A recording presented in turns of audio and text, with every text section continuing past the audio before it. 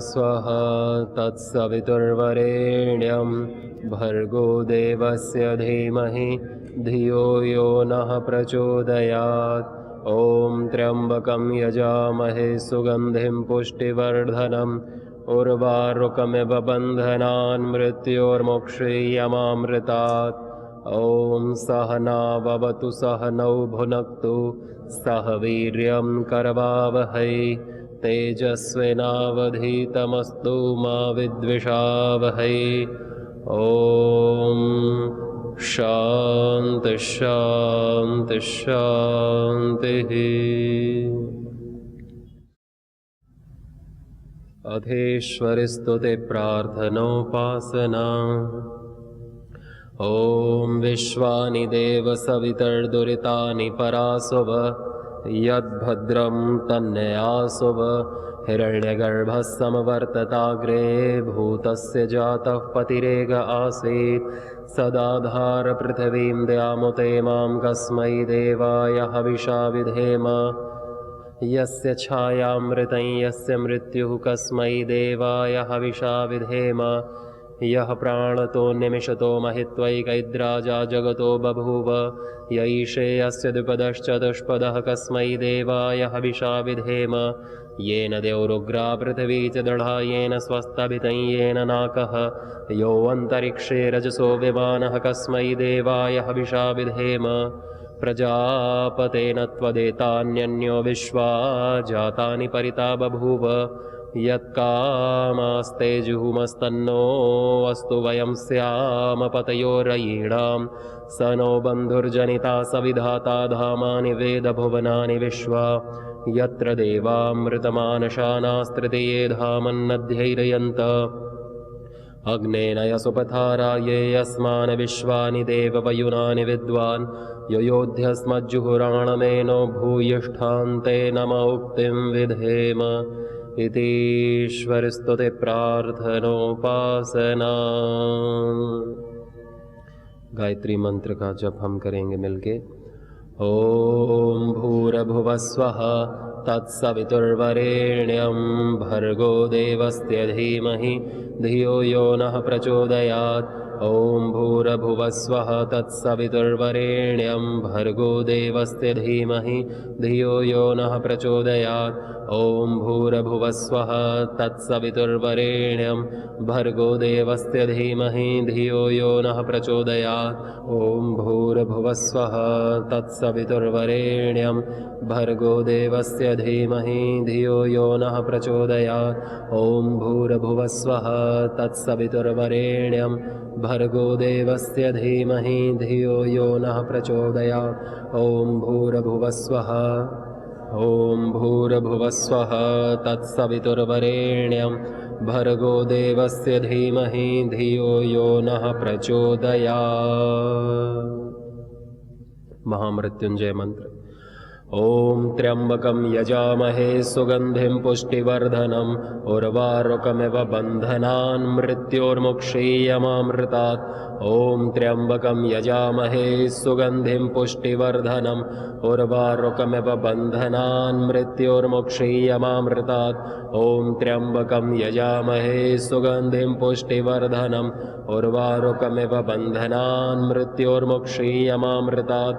ओम त्र्यंबकं यजामहे सुगंधिं पुष्टिवर्धनम् उर्वारुकमिव बन्धनान् मृत्योर्मुक्षीयमामृतात्। मननात् त्रायते इति मंत्रः। गायन्तं त्रायते इति गायत्री। गायत्री मंत्र गाने वाले को तार देता है, उसकी रक्षा करता है, भय मुक्त करता है। जो गायत्री को गाता है भाव से, श्रद्धा से, गायत्री मंत्र उसकी रक्षा करता है हर प्रकार के शारीरिक मानसिक रोग और दुख से, हर प्रकार की व्याधि से, विघ्न से। जो भी भगवान का नाम है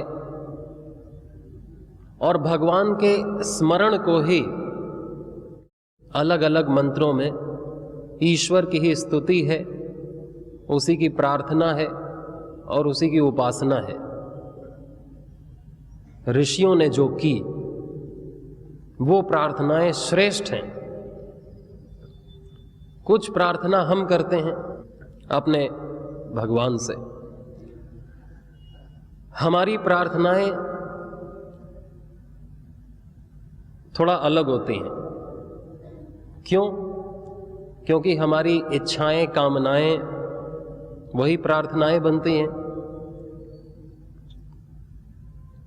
हमारी प्रार्थना भगवान से होती है धन दौलत की, संतान प्राप्ति की, प्रमोशन की, स्वास्थ्य ठीक करने की। ऋषियों की प्रार्थना होती है सद्बुद्धि की, मृत्यु से पार जाने की। मृत्योर्मुक्षी यमामृतात् मामृतात्। सत्य की, धर्म की, शक्ति की, बल की प्रार्थना होती है कि हे ईश्वर, मुझे बहुत ज्यादा बुद्धि की जरूरत है। हे ईश्वर, मुझे बहुत ज्यादा बल की जरूरत है। हे ईश्वर, मुझे बहुत ज्यादा श्रद्धा की जरूरत है। मुझे बहुत ज्यादा ज्ञान की जरूरत है। ये चीज मुझे दे। बाकी ये तो मैं अपने आप कर लूंगा सारा काम, तो बाकी के लिए तुझे परेशान होने की जरूरत नहीं। बाकी धन दौलत स्वास्थ्य तो मैं अपनी मेहनत से पालूंगा, ये सब तो है ही, अपने सत्कर्मों से पालूंगा। तूने मनुष्य का चोला दे दिया तो ये सबसे बड़ा धन दे दिया। तो ये धन भगवान का दिया हुआ, ये सब कुछ, ये वातावरण, गुरु, शास्त्र,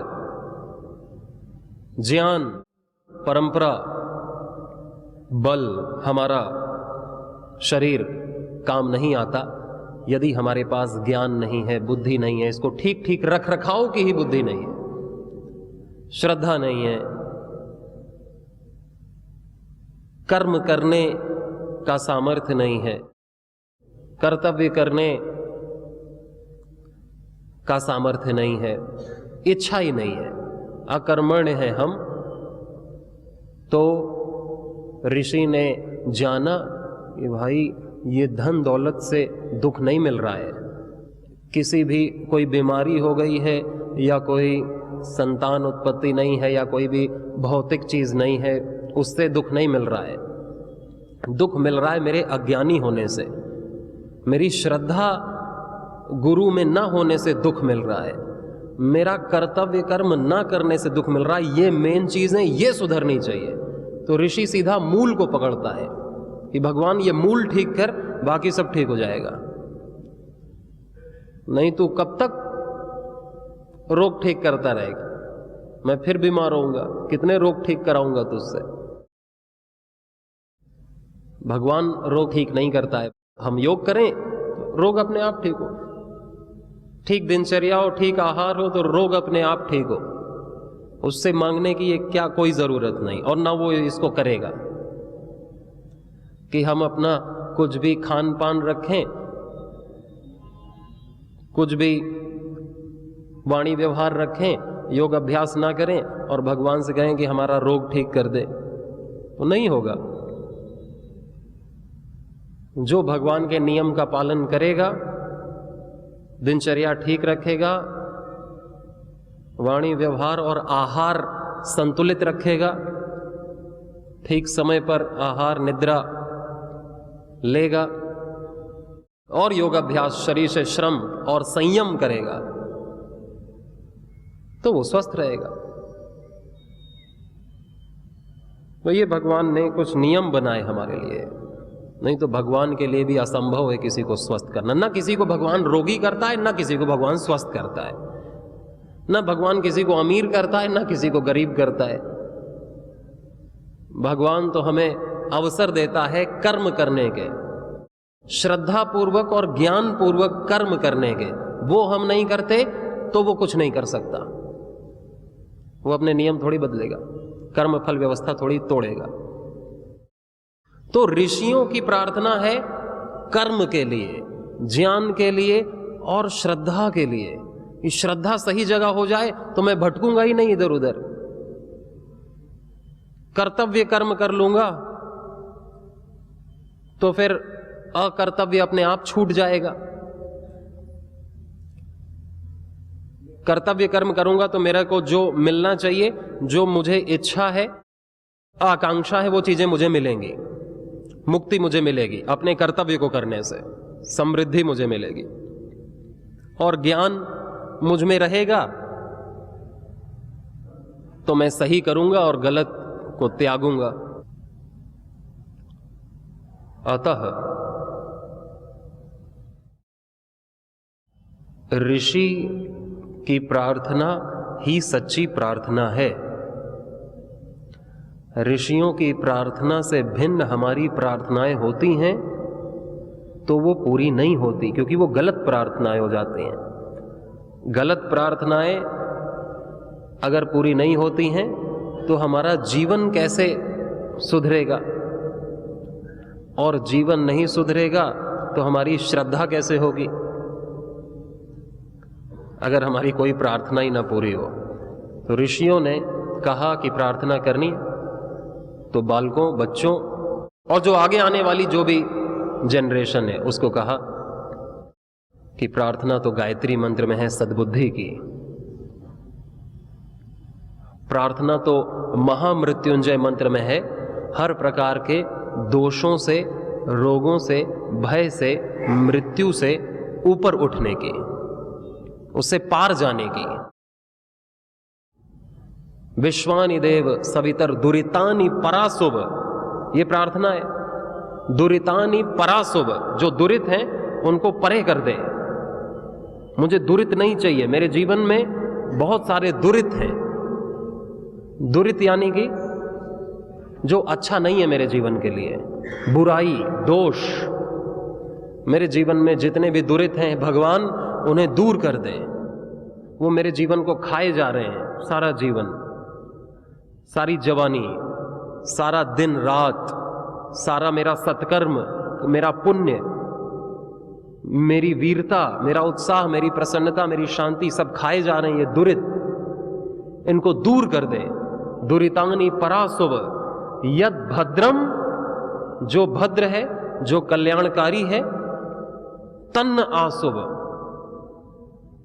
उससे मैं एक हो जाऊं, वो मिल जाए मेरे को। जो भी कल्याणकारी है, जो भी कल्याणकारी है प्रभु, जो भी कल्याणकारी है, मैं नहीं जानता, लेकिन जो भी कल्याणकारी है वो तू जानता है, क्योंकि मैं तो अल्पज्ञ हूं, भगवान सर्वज्ञ है।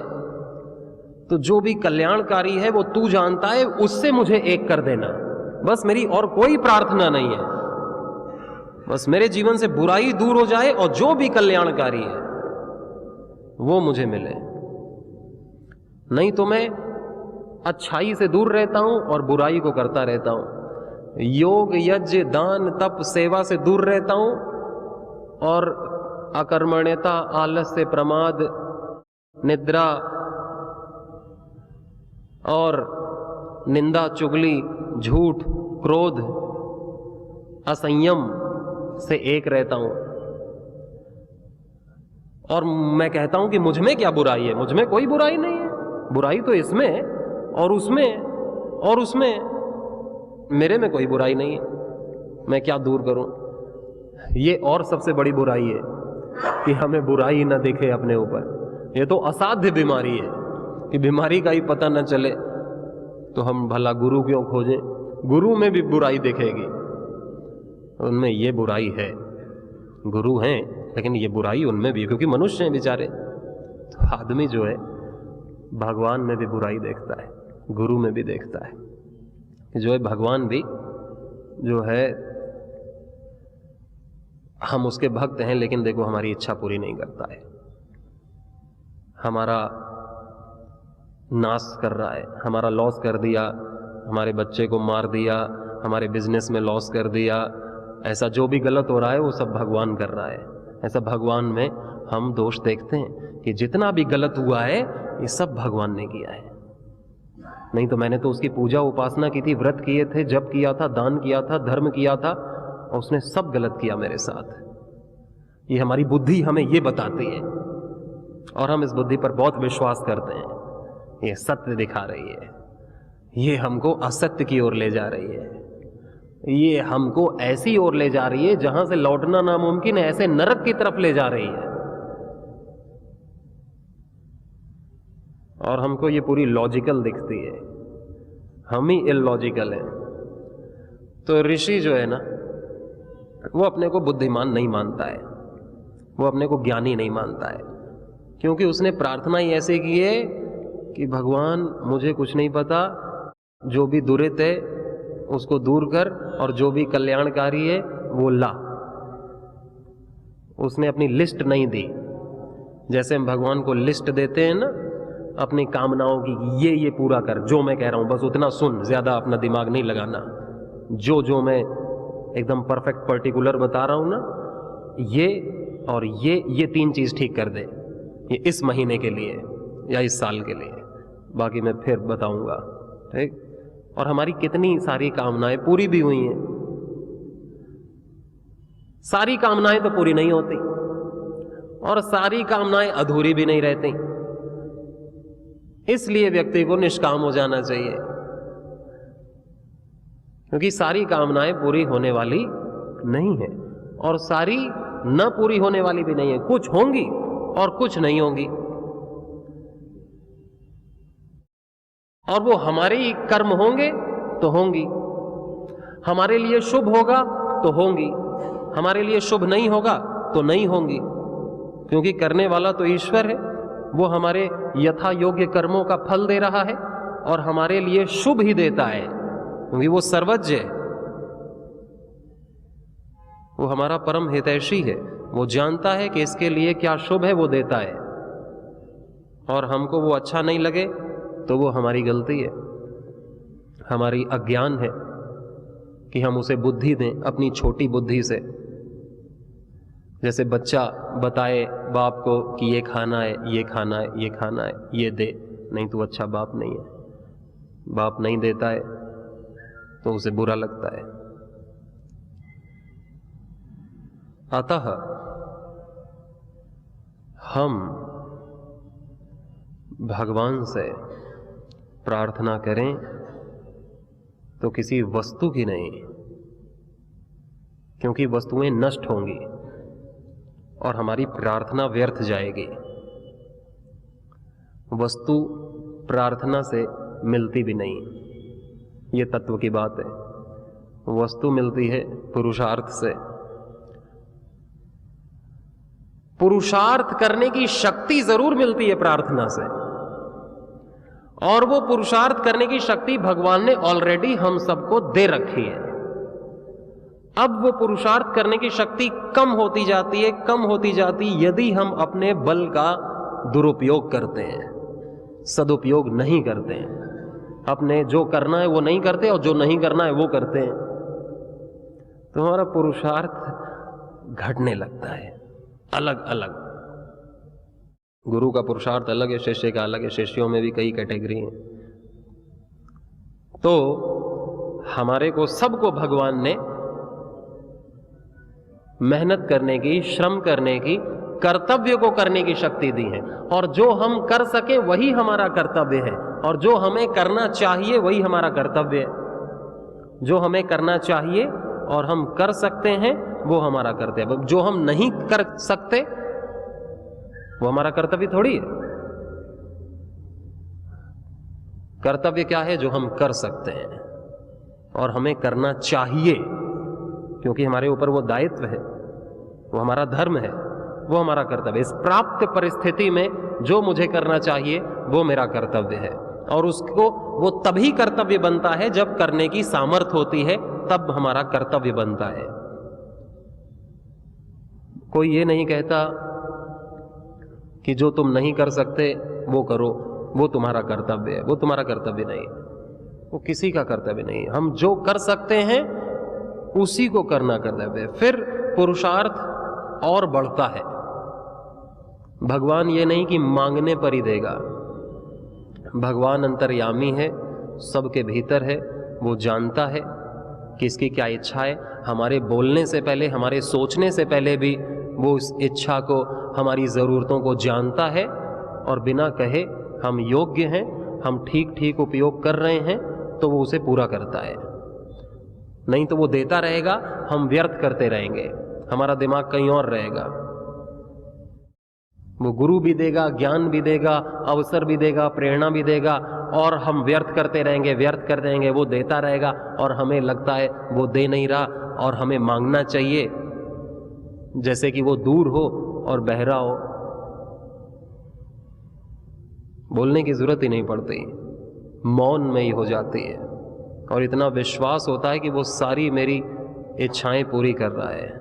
बस एक ही प्रार्थना है अब तो कि मैं उसे भूलूं नहीं, मैं उसके प्रति कृतज्ञ रहूं, मैं उसके प्रति प्रेम से भरा हुआ रहूं, मुझ में इतनी सद्बुद्धि रहे कि ये बुद्धि भूले नहीं उसे, मुझ में इतनी श्रद्धा रहे कि वो श्रद्धा अडिग रहे उससे, मुझ में इतना कर्तव्य करने की शक्ति हो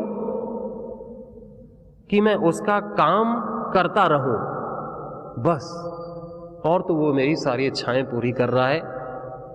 बस मेरी प्रार्थना भी उसी के लिए है कि मैं कभी अकर्मण्य, अश्रद्धा, अज्ञान से न भरूं। इसलिए मंत्र का उच्चारण किया जाता है, जप किया जाता है, बार बार किया जाता है, अर्थ भावना के साथ किया जाता है, कि हमें याद रहे कि हमारी प्रार्थनाएं क्या होनी चाहिए। कर्म कभी व्यर्थ नहीं जाता, वो कर्म हमें फल देता है। सत्कर्म भी कभी व्यर्थ नहीं जाता है, वो भी हमें फल देगा। गलत कर्म भी व्यर्थ नहीं जाएगा, वो भी हमें गलत देगा। जो भी हमारे जीवन में दुख है, पीड़ा है, वो गलत कर्मों का ही परिणाम है। जो भी हमारे जीवन में ऐश्वर्य है, विभूति है, और हमारे जीवन में जो भी अच्छाई है, वो हमारे पुण्यों का फल है, सत्कर्मों का फल है। अतः भगवान की स्तुति, प्रार्थना, उपासना हमें करनी चाहिए। यही ऋषियों की आज्ञाएं हमारे लिए कि हमें भगवान की स्तुति, प्रार्थना, उपासना करनी योग्य है। स्तुति क्या होती है? प्रार्थना तो हम समझ गए, हमारी मांग, हमारे जीवन की सबसे महत्वपूर्ण मांग। लेकिन हम इतने अल्पज्ञ हैं कि हम कुछ का कुछ मांगने लगते हैं। जैसे बच्चा बुद्धिमान है तो माँ बाप से अच्छी पुस्तकें मांगेगा, और मांगेगा जहां अच्छे जगह मेरा एडमिशन कराओ, या मुझे गुरुकुल में भेजो जहां मैं अच्छा बन सकूं, मैं वीर शिवाजी जैसा बन सकूं। ऐसी जगह कहां है मां, कहां है पिताजी? ऐसी जगह जहां मैं अपने वीर क्रांतिकारियों जैसा, मैं हनुमान जी जैसा, मैं श्री राम जैसा बन सकूं। बुद्धिमान है तो ऐसी मांग करेगा। करेगा कि नहीं? करते हैं बच्चे, जैसा वो टीवी सीरियल में देखते हैं, अच्छे अच्छे भगवान के पुस्तक पढ़ते हैं, मैं ऐसा बनना चाहता हूं, मैं महाराणा प्रताप जैसा, भगत सिंह जैसा बनना चाहता हूं, भारत माता की खूब सेवा करना चाहता हूं। यदि सही पुस्तक पढ़ी है, उसके माता पिता के सही संस्कार हैं, तो बच्चे की ऐसी प्रार्थना होती है कि नहीं अपने माता पिता से। और बच्चा यदि अभी मंद बुद्धि है तो उसकी कैसी प्रार्थनाएं होती हैं? यानी कि उसमें अभी वो ज्ञान प्रकट नहीं हुआ है, वो अज्ञान में है, अभी वो अभी प्रमाद में है, अभी उसमें ज्ञान प्रकट नहीं हुआ। तो अज्ञान में कैसी प्रार्थना होती है? मोबाइल की प्रार्थना होती है, टीवी लगाओ खाना नहीं खाऊंगा, मैगी बनाओ खाना नहीं खाऊंगा, ये खरीदो वो खरीदो, ये जूता वहां घुमाने ले जाओ, ये प्रार्थना होती है। माता पिता कहते हैं हाँ हाँ ठीक है ठीक है। हमारी प्रार्थना क्या होती है? जो हमारे कल्याण के लिए हो। बच्चा अपना कल्याण नहीं समझता है, माता पिता समझते हैं, ऋषि मुनि हमारा कल्याण समझते हैं, तो उनकी प्रार्थनाएं क्या है? नहीं तो उनको प्रार्थना लिखने की जरूरत नहीं थी, उन्होंने तो प्रार्थना की, पूरी हो गई, बस हो गया काम। लेकिन उन्होंने प्रार्थना लिखी कि देख हमने ये प्रार्थना की थी और ये सही प्रार्थना है, इसके इतर गए तो वो प्रार्थना भी पूरी नहीं होगी, तुम्हारी श्रद्धा भी खंडित होगी, जीवन भी जाएगा। ये प्रार्थना करोगे तो ये पूरी होगी, भगवान सुनेगा, तुमसे जुड़ेगा और फिर तुम्हारी श्रद्धा भी बढ़ेगी, श्रद्धा बढ़ेगी तो तुम्हारे सत्कर्म भी बढ़ेंगे। इसलिए पूरे वेद में ईश्वर की स्तुति है, प्रार्थना है, उपासना है, ज्ञान है, विज्ञान है, सब कुछ है।